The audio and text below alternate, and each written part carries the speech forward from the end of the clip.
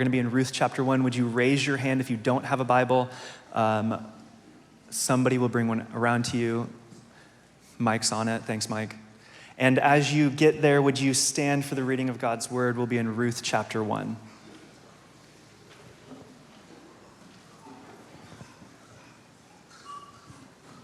Ruth 1, 6 through 22.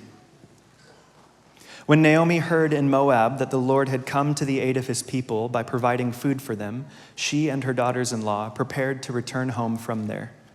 With her 2 daughters-in-law, she left the place where she had been living and set out on the road that would take them back to the land of Judah. Then Naomi said to her 2 daughters-in-law, "Go back, each of you, to your mother's home. May the Lord show you kindness as you have shown kindness to your dead husbands and to me. May the Lord grant that each of you will find rest in the home of another husband."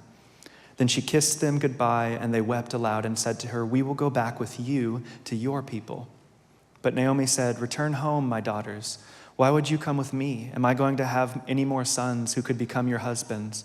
Return home, my daughters. I am too old to have another husband. Even if I thought there was still hope for me, even if I had a husband tonight and then gave birth to sons, would you wait until they grew up? Would you remain unmarried for them? No, my daughters. It is more bitter for me than for you, because the Lord's hand has turned against me." At this, they wept aloud again. Then Orpah kissed her mother-in-law goodbye, but Ruth clung to her. "Look," said Naomi, "your sister-in-law is going back to her people and her gods. Go back with her." But Ruth replied, "Don't urge me to leave you or to turn back from you. Where you go, I will go, and where you stay, I will stay. Your people will be my people, and your God, my God. Where you die, I will die, and there I will be buried. May the Lord deal with me, be it ever so severely, if even death separates you and me." When Naomi realized that Ruth was determined to go with her, she stopped urging her. So the 2 women went on until they came to Bethlehem. When they arrived in Bethlehem, the whole town was stirred because of them, and the women exclaimed, "Could this be Naomi?" "Don't call me Naomi," she told them. "Call me Mara, because the Almighty has made my life very bitter. I went away full, but the Lord has brought me back empty. Why call me Naomi? The Lord has afflicted me. The Almighty has brought misfortune upon me." So Naomi returned from Moab, accompanied by Ruth the Moabite, her daughter-in-law, arriving in Bethlehem as the barley harvest was beginning. This is the word of the Lord. Thanks be to God.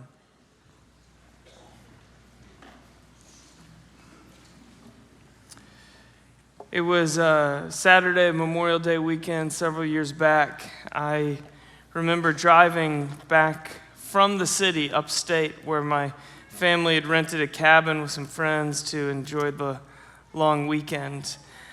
It was sunny, there wasn't a cloud in the sky, like movie script, early summer kind of weather, but I didn't turn on the radio. I didn't daydream about the fun that was to unfold when I got back to the house. I just rolled down the windows and drove the whole way in complete, heavy, sober-minded silence. I'd gone back into Brooklyn to officiate a wedding ceremony. That's something I've done more times than I could count. With Jackie and Colin, though, it was different. About a year into dating, in college at the time, he was diagnosed with leukemia.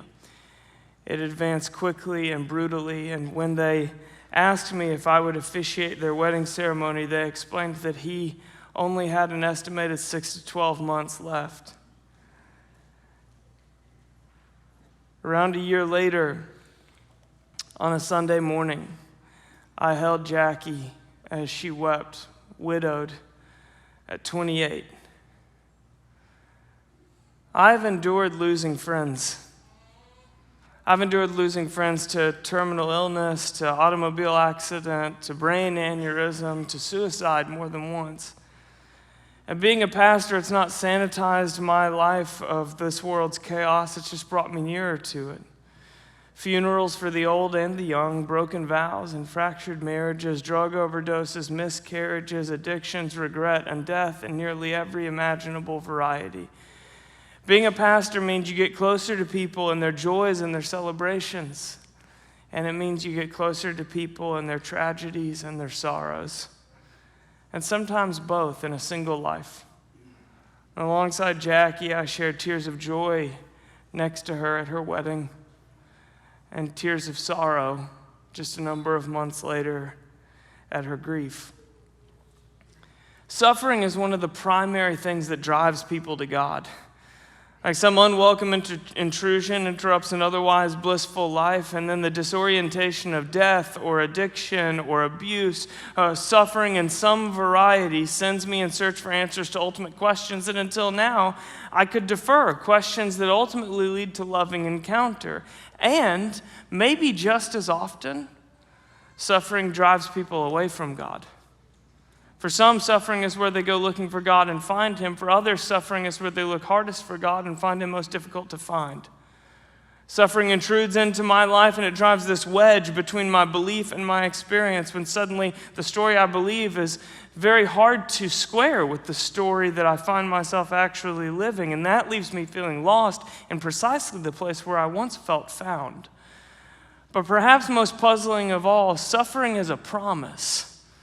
In this world, you will have trouble. Jesus told us that.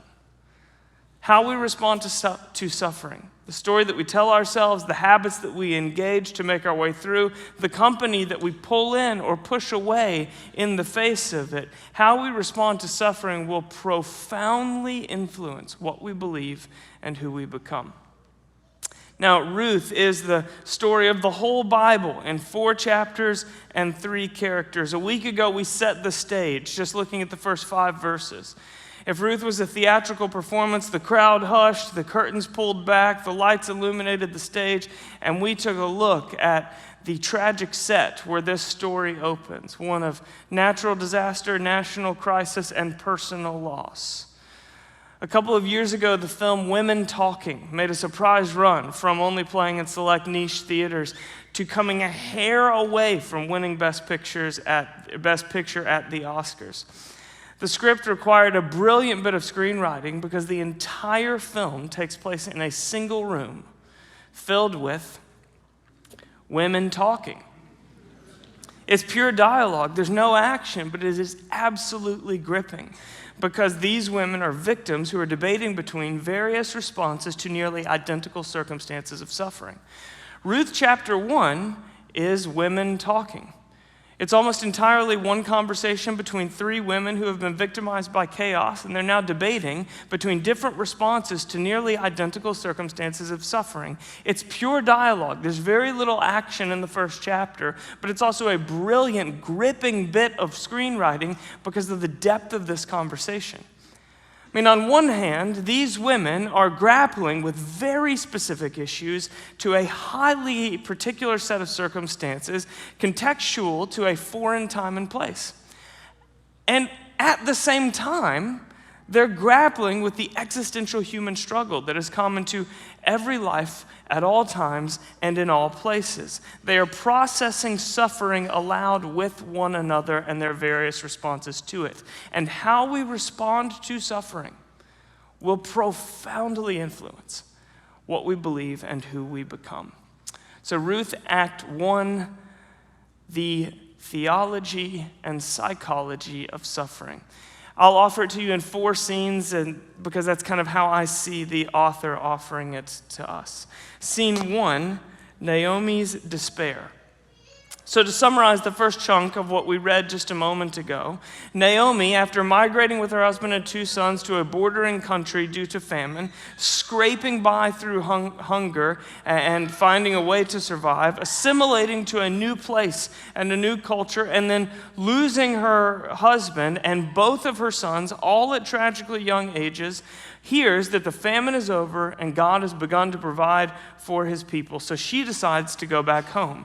She gathers together her 2 daughters-in-law to tell them, look, you guys go back to the villages that you're from here in Moab. I'm going to go back to Bethlehem in Israel.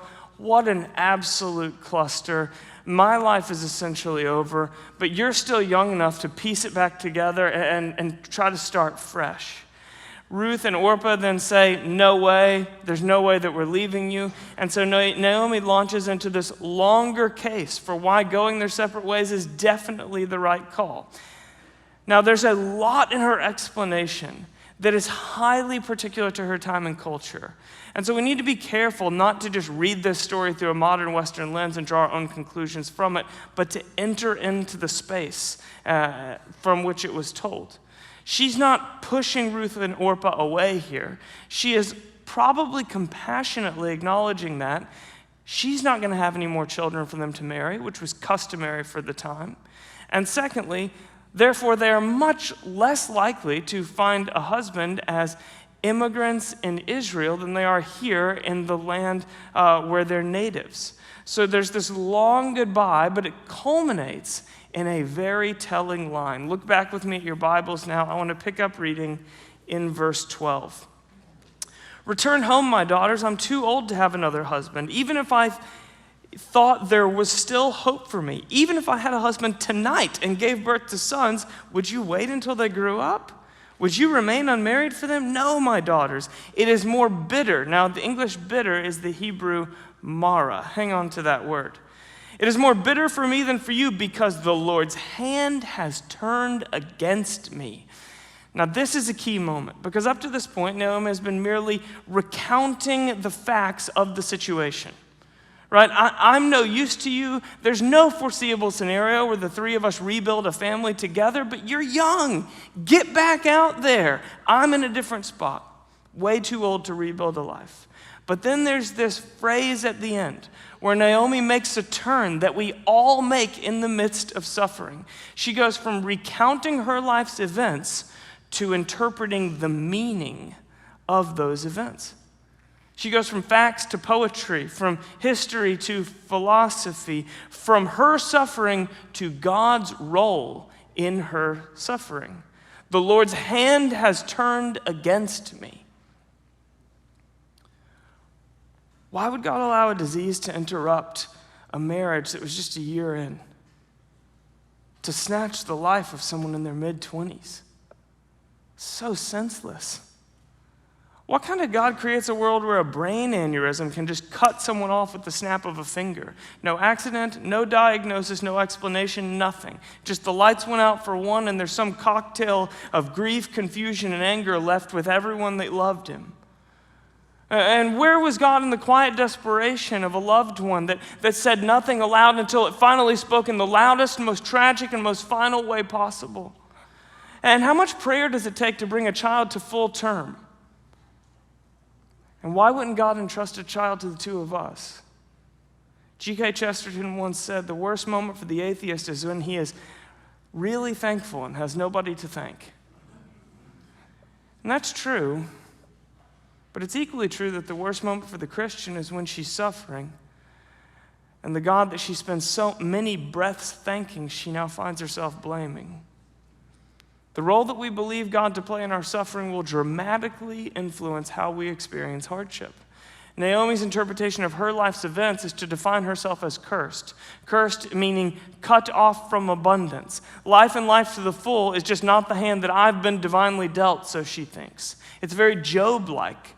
She has endured an unthinkable amount of grief, and the weight of that grief has now become too much for her to hold in one hand while still holding out hope in the other. She defines herself as cursed, and so proximity to her and her warped view is a dead end for Ruth and Orpah, the result of which is that she isolates herself in her grief, creating distance between me and the two people most capable of relating to me and empathizing with me and walking alongside me through my pain.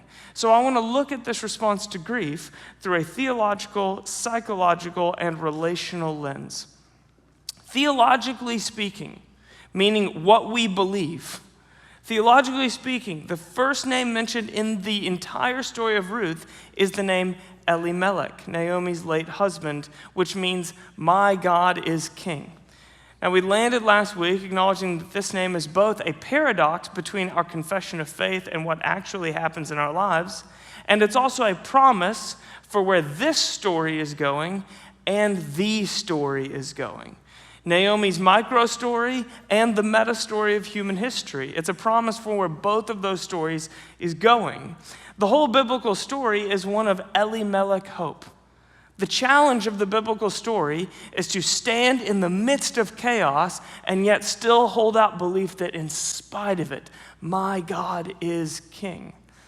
That becomes harder to do the closer the chaos comes, and Naomi has changed her mind and said the chaos, today at least, certainly seems more real and more powerful than God. So she is redefining both herself and her God based on chaos, so crying out something like, "Where are you, God? Because you certainly seem to be anywhere but here." Theologically, Naomi's distance from her daughters-in-law makes perfect sense. It's understandable and it's likely compassionate. Psychologically speaking, though, if we are to take this action out of the context that it's in and just look at it on a general level, many of us instinctively push away the people closest to us in the midst of our pain. We bury our pain and then we distance ourselves from those who remind us of it, because it is much easier to get away from negative feelings and emotions than it is to engage them, even if engaging them is necessary for the fullest kind of healing. But if you bury your pain, if you run from your pain, if you push other people away who are seeking to comfort you in the midst of your pain because their comfort reminds you of the pain that you're still in, you're still making meaning out of your pain.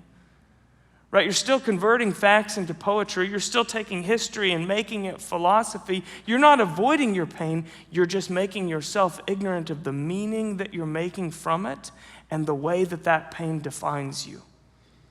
If you bury something living, like the pain that comes alive in every victim of suffering, it doesn't die there. It goes on living right where you buried it. And if the place you bury your pain is within you, then that's exactly where it's still living. You are exactly where it's still living. And then finally, relationally, the very people who can connect to her suffering most empathetically, the very people that can love her most intimately, and the very people who can remind Naomi of her suffering most acutely. She attempts to separate from them. She redefines herself in light of her suffering and then tells a story that justifies her isolation. Now, Naomi's isolation is logical in her mind, so long as she defines herself as cursed and the other two people as merely unlucky but not bitter like her. Now, one more time I want to say, with every textual clue we are given, there are very good, sincere motives behind each layer of Naomi's reaction to a set of circumstances as harsh as any I could ever imagine enduring. And at the same time, we do see that she tells a story about herself and about her own grief that profoundly influences her view of God, other people, and herself. But the story doesn't end here.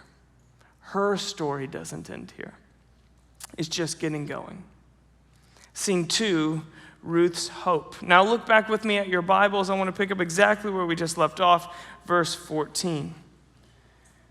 At this they wept aloud again. Then Orpah kissed her mother-in-law goodbye, but Ruth clung to her. Now let me remind you from a week ago that the author of Ruth is echoing the meta story of the whole world through the micro story of these few characters. This is absolutely the story of a few individuals who are enduring a life of chaos outside of Eden, and it is the story of how God keeps his first and greatest promise to raise up the seed of the woman, the promise for how Eden gets restored, or to put it into New Testament language, the promise of how heaven comes to earth. So this story is set outside of Eden. The author makes that abundantly clear to us by naming the consequences of the fall from Genesis 3 in the opening verses of Ruth chapter 1. Do you remember this? Yeah, there's a struggle for food, a struggle for family, and death. And then here in this verse, we get our first hint at redemption, meaning our first hint at how God will renew the whole world, how God will re-Eden the earth, if you will. Ruth clung to her. Now, this English word clung, it's the Hebrew dabka, from which also appears in, wait for it, Genesis chapter 2. It's a word taken from Eden. Genesis 2:24. Therefore a man shall leave his father and mother and hold fast to his wife, and the two will become one flesh. The English hold fast is the Hebrew dabka, meaning clung. Man shall leave his father and mother and cling to his wife, says Yahweh. This is how I've designed the world. This is how people, uncorrupted and in perfect loving union with one another, are meant to relate. Naomi, in the face of unbearable pain, backed by good intentions, isolates herself. But Ruth clung to her. This is how people are to image or to bear my image on the earth. This is how I will re-eat in the world, says God, when people live in line with the way that I created them to know and be known at first, when they cling to one another. Ruth's response is the most cosmically redemptive version of, I'm not going anywhere. Keep reading, verse 15. Look, said Naomi, your sister-in-law is going back to her people and her gods. Go back with her. But Ruth replied, don't urge me to leave you or to turn back from you. Where you go, I will go. Where you stay, I will stay. Your people will be my people, and your God will be my God. Notice that Ruth's commitment to stand by Naomi is simultaneously a commitment to trust the God of Israel. Jesus was once asked by an expert in the law, what is the greatest commandment in the law?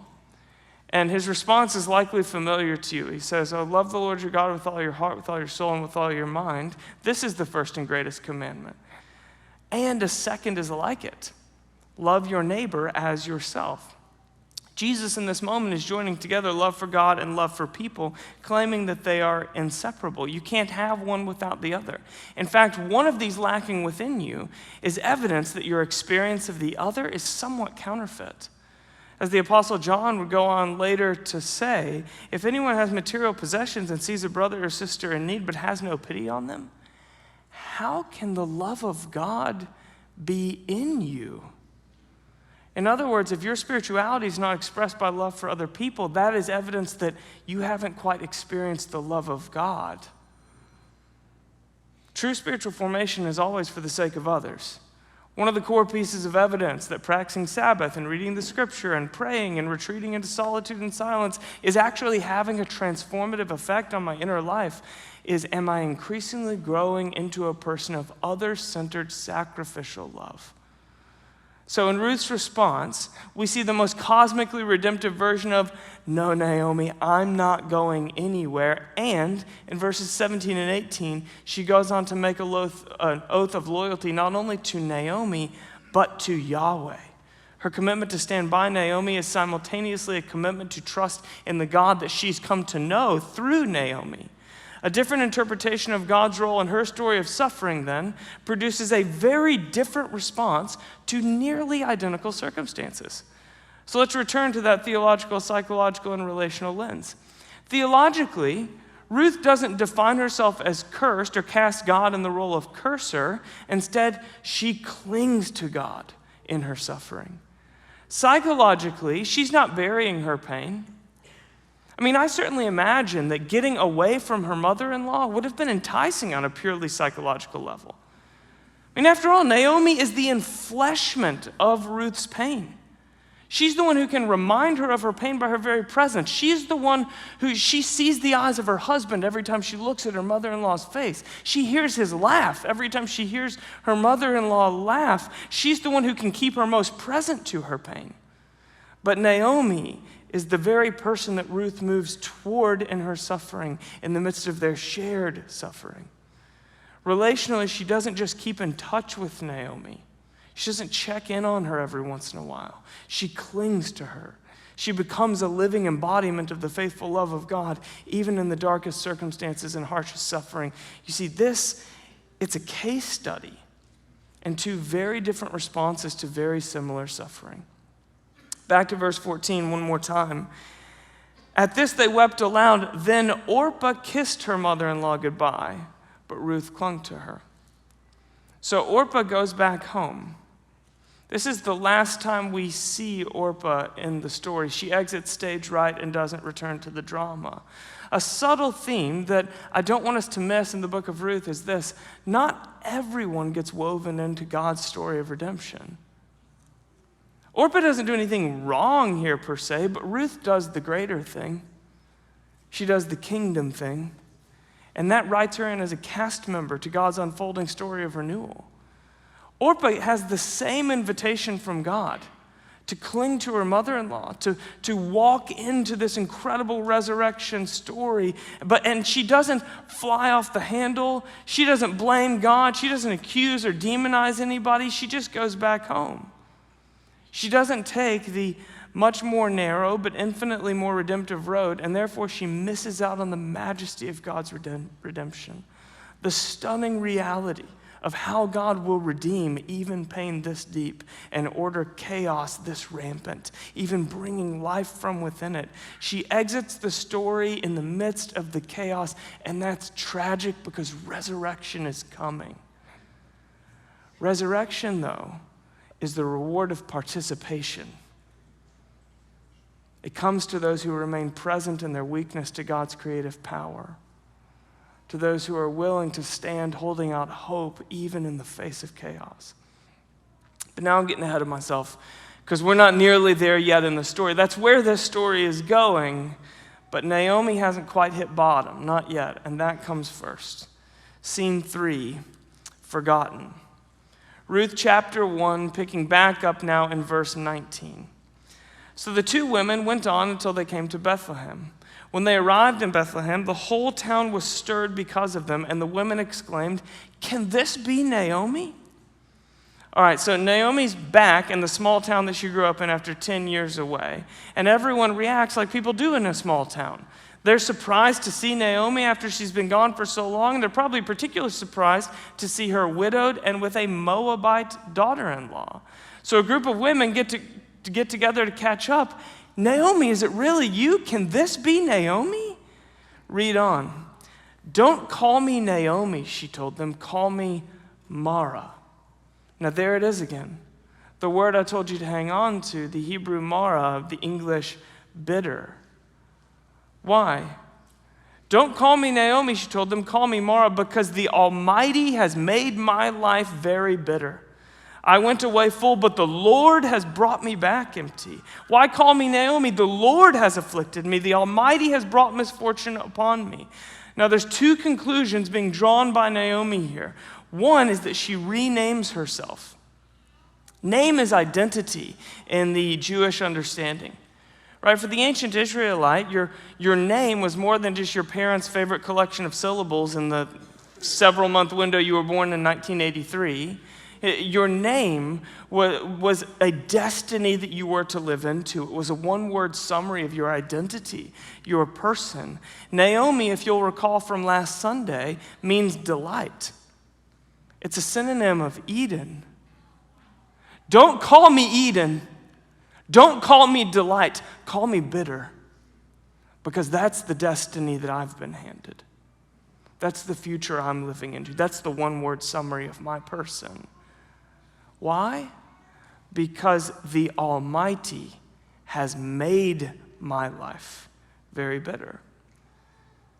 The second conclusion is that Naomi again casts God as the perpetrator in her story of suffering. Only this time she repeats it 4 times. Repetition is emphasis in ancient Hebrew literature. It's like underlining or putting something in bold or all caps in modern English. In scene 1, Naomi suffers, and then she begins to draw meaning from her suffering. In scene 3, Naomi draws conclusions from that meaning. Conclusions to the story that she's been telling herself. Conclusions by which she will redefine herself, her future, and even her God. So hang on. We got to slow our roll here before we move on to the 4th and final scene to see what we've taken in together. You got 3 women, all of them are grieving, all of them are sharing, no doubt, unique experiences, but at the same time, very similar experiences of suffering. Each one of them has been left widowed in a patriarchal culture in which to be a widow was essentially to live in poverty, and childless in an honor-shame culture in which to be childless was to be dishonored. Naomi, Orpah, and Ruth aren't just grieving. At least Naomi and Ruth, who are now on their way to Israel, are something more like poverty-stricken immigrant women crossing the border with no papers, no legal employment, and no status. And in the midst of a conundrum that complex, Orpah goes back home to start over, Naomi sinks into the depths of despair, and Ruth stands up and hopes in the face of the blackest darkness, writing her Moabite name into the history of God's Israelite chosen people and the renewal of all things. So the question that I'm asking in the midst of Act 1 is, how in the world did that happen? How did Ruth respond to such dark circumstances in such a hope-filled, redemptive way? And therefore, how might we, in the same sort of darkness, imitate Ruth and inherit the same sort of redemption? Another way to think about this theological, psychological, and relational aspect to grief that we've been investigating is a very familiar framework of transformation, at least around here, that all of us are ultimately formed or changed by the story we believe, the habits we cultivate, and the community we keep.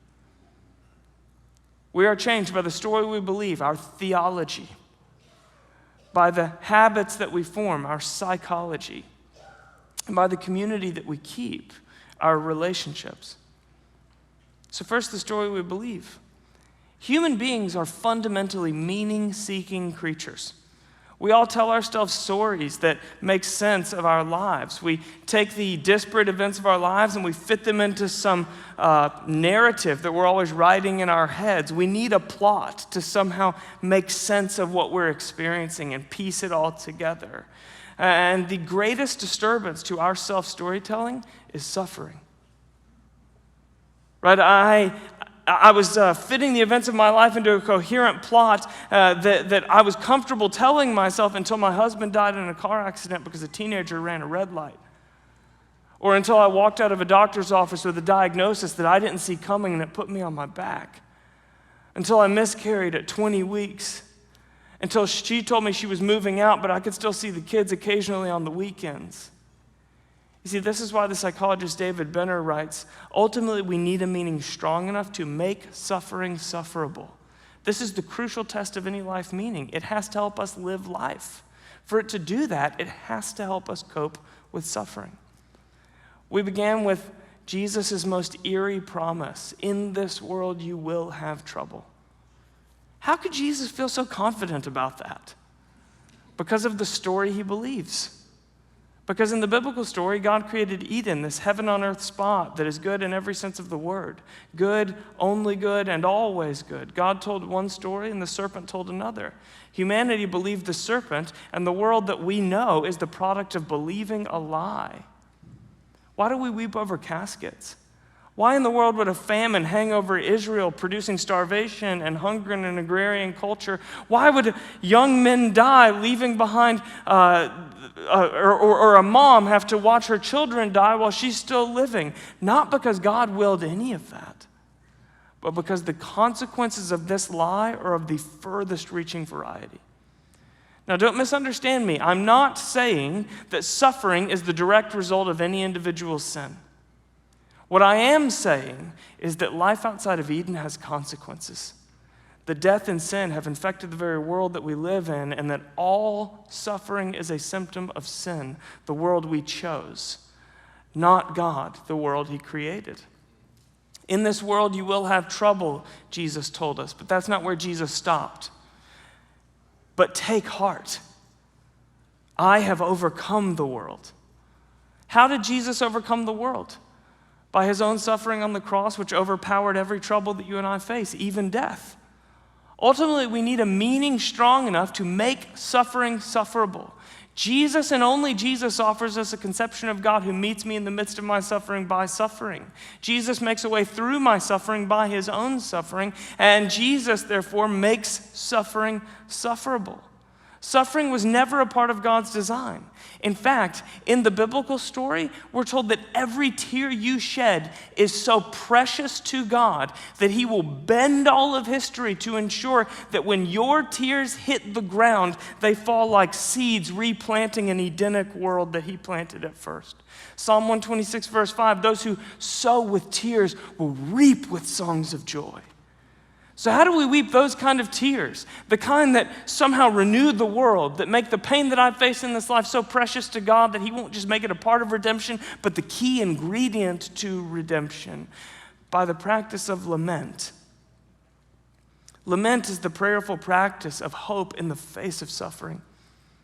It's crying out to God with brutal honesty about the facts and the poetry, about what happened to me and the meaning that I'm making of it, held out in one hand, and hope that God's promises are for real and they're for me in the other. Lament is, God, my husband is gone. And the vows we made and the life we planned and the children we looked forward to, all of it was snatched away before I ever got to live any of it. Where's the justice in that? Held in my left hand.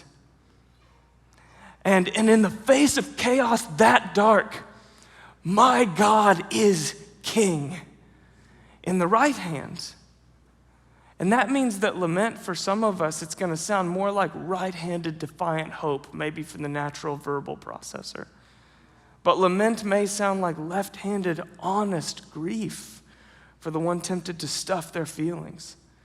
In other words, prayers of lament can sound a whole lot more like Naomi or a whole lot more like Ruth. But lament is important. Honest grief and biblical hope held together before God is important. Why? Because in the words of C.S. Lewis, nothing in you that has not died will be raised from the dead. If you bury your pain, rather than grieving it, it goes on living right where you buried it.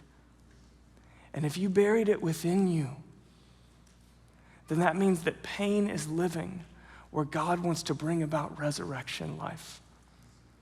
If only you'll turn and face it and hold it out before him in prayerful lament.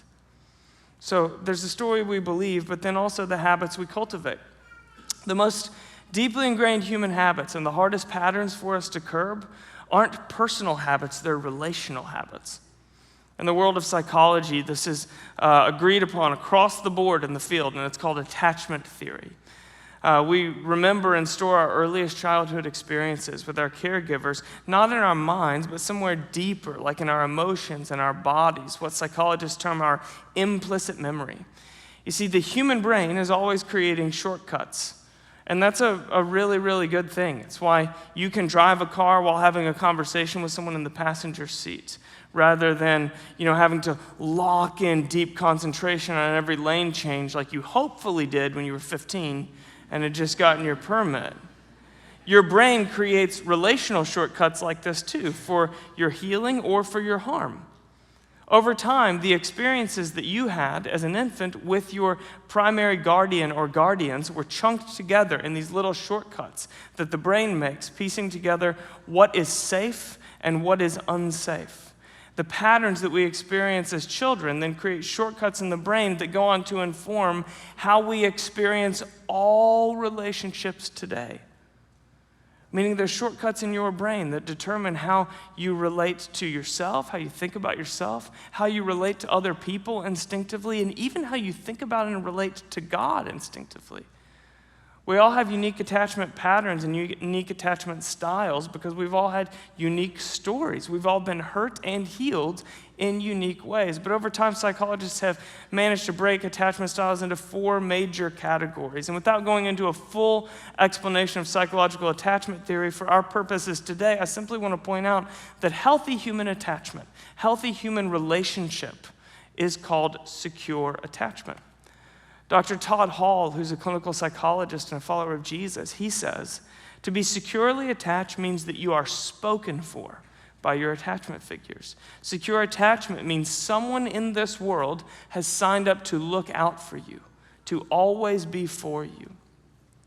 Now, I've got some friendly kids. I got 3 little boys that are running around here all the time. And Hank, my oldest, is 7. And a couple weeks ago, he invited Simon Stringer to his Little League baseball game, who I can see sitting in the balcony right now.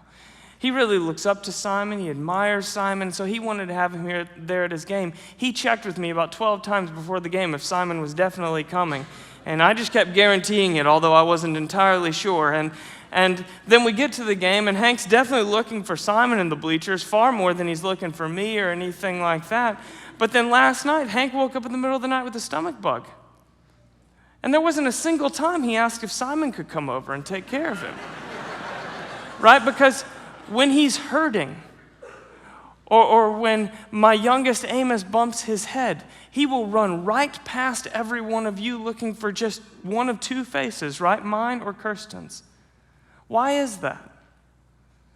Well, I hope it's because he's becoming securely attached to us. He feels spoken for, like there's someone in the world who's looking out for him. And so when he's hurt, there's a face and a name and a place of safety that he goes running toward.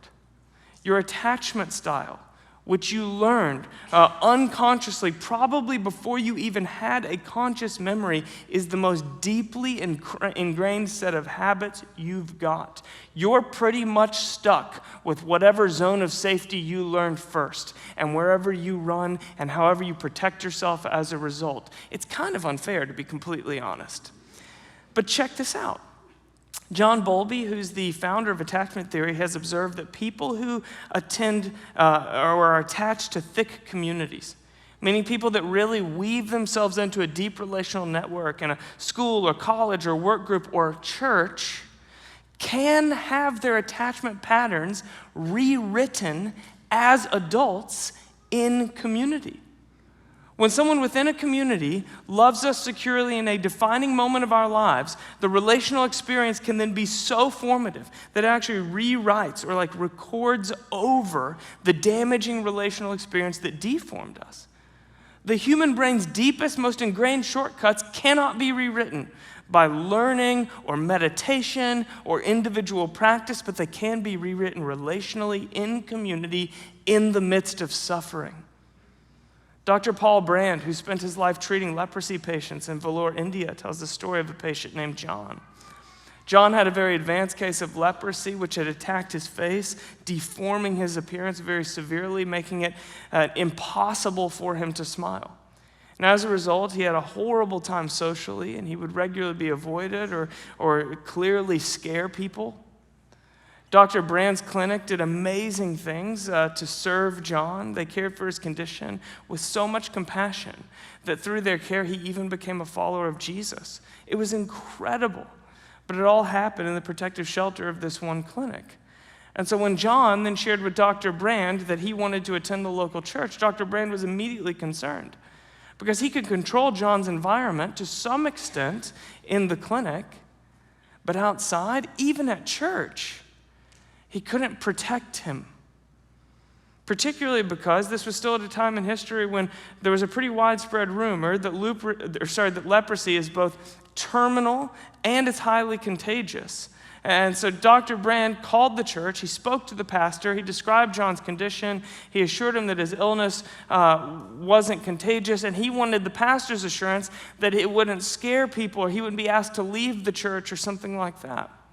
And then the Sunday rolls around and they arrive during the first worship song and they slip into a seat in the very back row.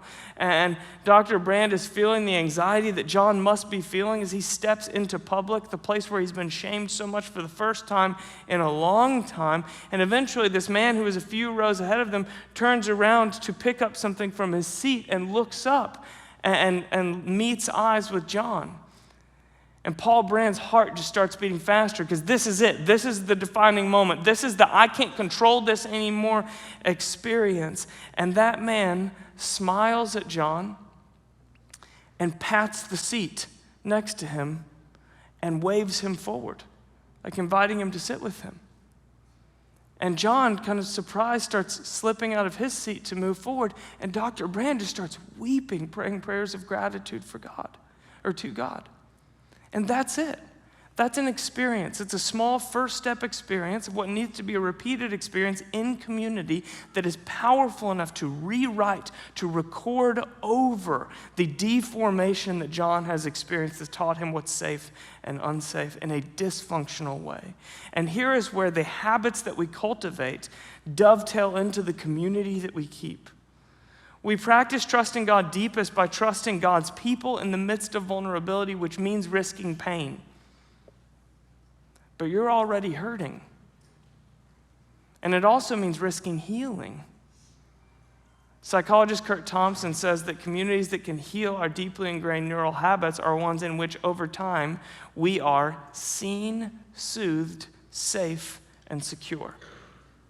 He concludes, "Thus I hope, not only because someone has told me a story of a future time in which the new heaven and earth will appear and I simply believe it.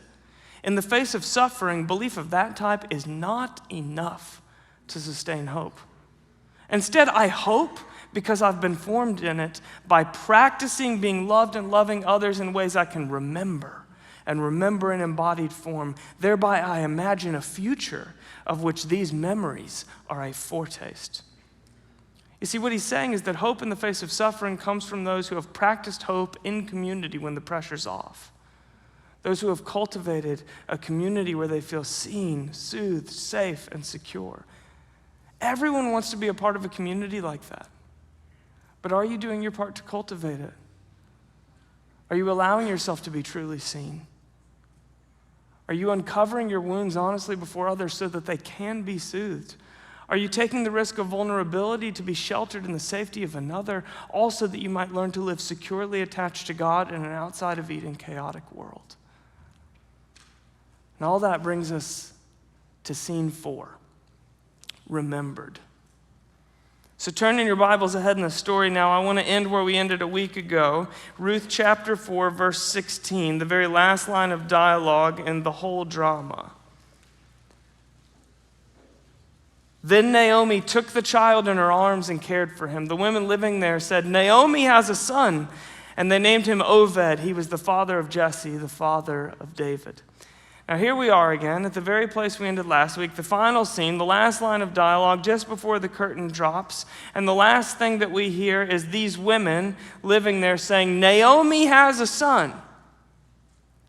Naomi? Now look, this is a bit of a spoiler alert for where the story's going, but this is Ruth's baby. Ruth is the mom. Naomi, she's the grandmother once removed. That's a technical but distant relative. Naomi has a son. This is the author of Ruth claiming that this whole story is Naomi's redemption story. In the opening scene, Naomi is a childless, hopeless widow whose family has been ripped from her by chaos. In the closing scene, we see her holding new life, family who clung to her in the midst of her chaos. She called God perpetrator, but she did not push God away, and was graciously redeemed by that very God. Because God's desire to walk with you, his commitment to you, will always exceed your desire to participate in walking with him and your commitment to him. God's desire to redeem your chaos will always even exceed your desire to experience redemption. And did you notice who was speaking here? The women living there said, "Naomi has a son." Now, this is a brilliant bit of screenwriting. The women living there, these are the very same women in Act 1, right when she returns to Bethlehem asking, "Could this be Naomi? Could this be Eden? Could this be delight?" We don't see these women again at any stage in the drama until they come back on stage for the very last scene to say, "Eden, delight, Naomi has a son." We first meet these women asking, "Could this be delight?" and her saying, "Do not call me that. Do not call me Eden. Do not call me delight. Call me bitter," because that's the one-word summary of who I really am and the story that I'm living in the midst of. God has forgotten me. And then we see these women again in the final scene saying, "No, no, no. He has remembered you. God has so remembered you that he has come after you, redeeming yourself, your future, and even the way that you know him." It's beautiful. You see, Naomi might have called God perpetrator, but she did so in lament. She didn't run from God. She stayed in the room. And that gave God the opportunity to redeem her pain. When she grieves, when Naomi brings her losses into the presence of God, resurrection happens. And it doesn't happen instantly, and it doesn't happen magically, and it doesn't happen simply, but it does happen right in the midst of chaos, resurrection. Nothing in you that has not died will be raised from the dead. But family, every last thing, even the harshest thing, even the deepest pain that you're willing to put into the hands of God will be resurrected. And Naomi's redemption, just like mine and yours, it's not just an individual story. It's woven into the much larger, more comprehensive story God is weaving. And they named him Oved, the father of Jesse, the father of David. This is the king whose line leads to the Messiah. This is God keeping his covenant to his chosen people, even though they haven't kept their covenant to him. And it runs through Naomi's redemption story. Oh, the father of David? That's the line of the seed of the woman. The way that God will keep his first and greatest promise runs through Naomi's individual redemption story. God has forgotten me. No, Naomi. He has remembered you. He has so remembered you that he is piecing together every last place you felt forgotten to show you that he was walking every step with you all along the way, and he is weaving every tear that you have shed into the seeds that grow a new world. That's what the story is telling us. And so I'll just close by asking you these two questions, family. First, how essential is the role of community in the life of an apprentice of Jesus? Because the truth is, Naomi grows old, widowed, alone, and in despair, if not for Ruth. But Ruth also can't become who she's meant to become without Naomi. God's going to redeem the suffering of both of these women, but he's going to do it by their proximity to one another. And even in spite of the fact that they have each other, without a broader community to belong to, women who can sing her identity over her each and every time she forgets it, Naomi loses her sense of self, her future, and her God. It is not solitary revelation. It's not even a single great friendship, but it's belonging to a broader community through the ups and downs of her life that ultimately restores her at the deepest level. Even in the darkness of chaos, we need each other to grow up in Christ. And that leads me to the second question. How essential is community in your life as an apprentice of Jesus? To inherit Naomi's redemption requires that we all practice Naomi's honesty. So who do you recount the story of your journey with Jesus to? Who do you recount the events with? Who do you draw meaning out of those events in front of? Who can hear your deepest thoughts, your most honest missteps, your fears, your brutally honest conclusions that you're drawing and not flinch? And are they someone who's clinging to both you and to God? Are they someone who can curb your despair toward hope in Jesus, the only safe resting place for your hope? To inherit Naomi's redemption means that we all have a Ruth responsibility in one another's lives. Right, as a companion on the narrow way of Jesus, I've got a responsibility in your life, and you've got a responsibility in mine.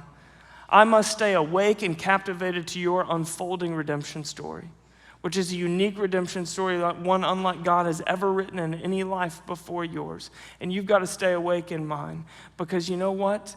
I lose the themes of God's redemption within me when I'm living in the grind of the day-to-day. When the night gets dark, I can miss the forest for the trees, and so I need you, like the women in the story, to sing my story over me. And I have a responsibility to sing yours over you. To inherit Naomi's redemption, we've got to belong to a broader community of Jesus' followers, the church, through the ups and downs of our lives. Naomi grows old, widowed, alone, and in despair, if not for Ruth. But Ruth can't become who she's meant to become apart from Naomi. God is going to redeem the suffering of both of these women by their proximity to one another, and God is going to redeem your suffering and mine by our proximity to one another, even in the darkest chaos. We need each other to grow up